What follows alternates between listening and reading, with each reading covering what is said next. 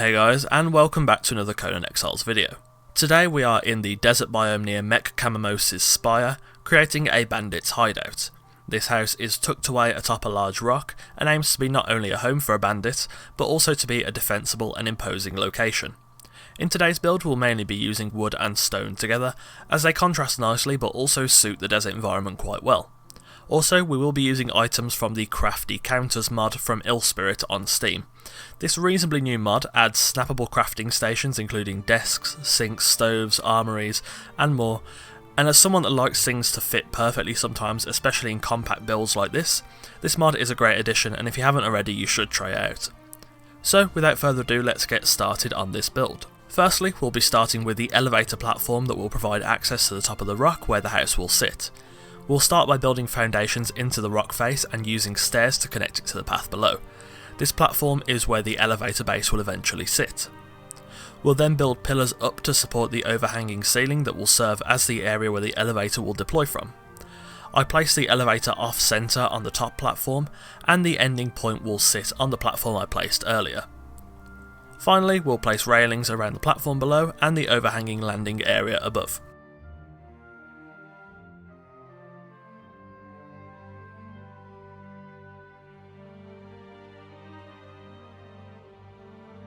Next, for the foundations. This base plate is of a 4x3 size with a wedge foundation section at the back of the build as a balcony area.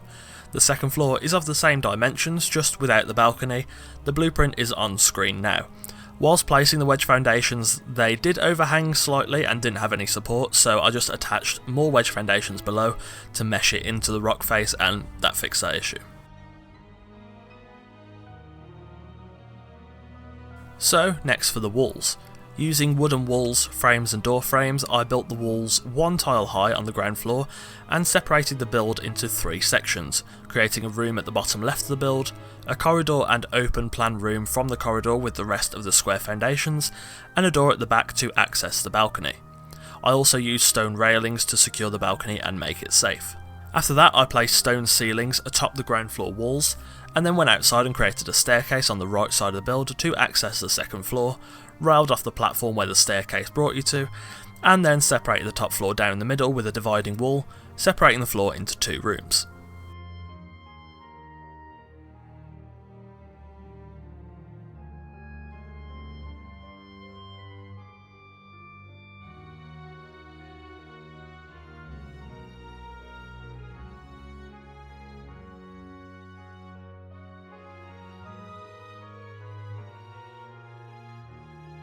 After the walls were complete, I then went ahead and built the roof.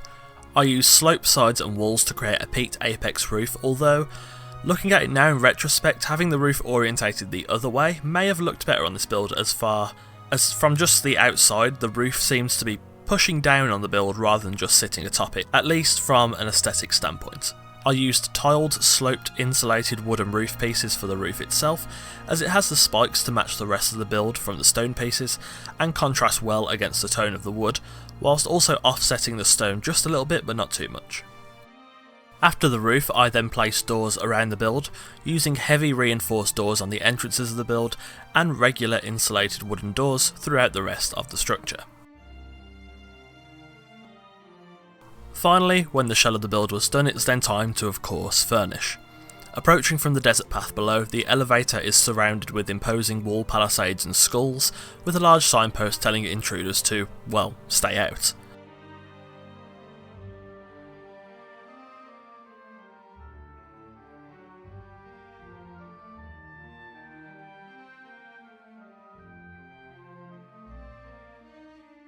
Heading up the elevator to the overhanging platform, the area surrounding the house is fairly imposing, decorated with skulls on pikes and with wall palisades around the edges of the rock to prevent people climbing up.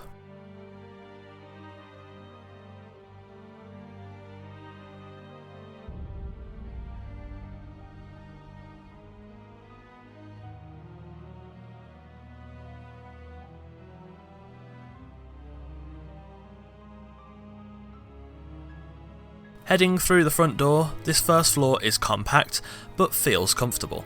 The build is lit with wall lamps also. The first room we enter is our general purpose living area, including a desk to eat food at, some small storage options, the bandits' weapons mounted on the wall, and a peculiar basket of skulls next to a cauldron. I'll leave it up to you to draw the conclusion of exactly what's going on there. Heading into the kitchen, this room is decorated with assets from the previously mentioned Crafty Counters mod pack. This mod works perfectly in this build to conserve space and keep everything looking really clean, and it works as a functional kitchen.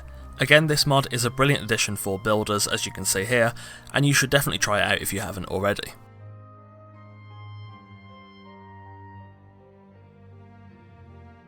The balcony is very simple, but gives a great view across the arid desert.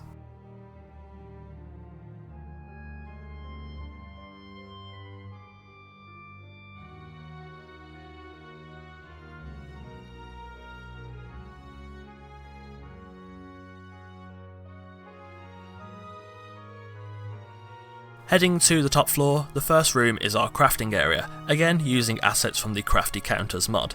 This room looks well organised and encompasses various crafting elements to make this room feel extremely practical, whilst also being aesthetically pleasing.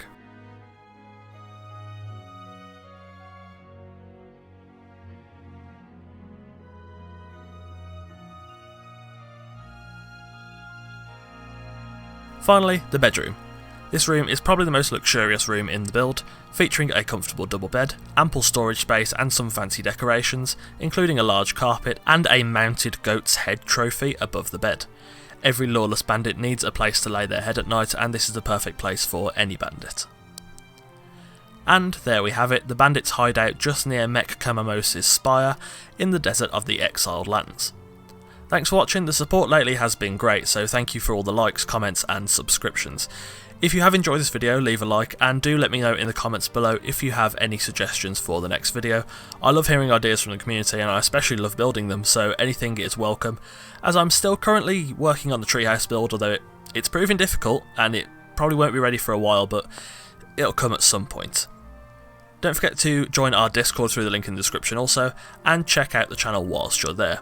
If you like what you see, hit subscribe, there is much more content coming in the future, and don't forget to turn on post notifications to be the first to see the next video, and join us on the road to 10,000 subscribers. Again, thanks for watching, and I'll see you soon.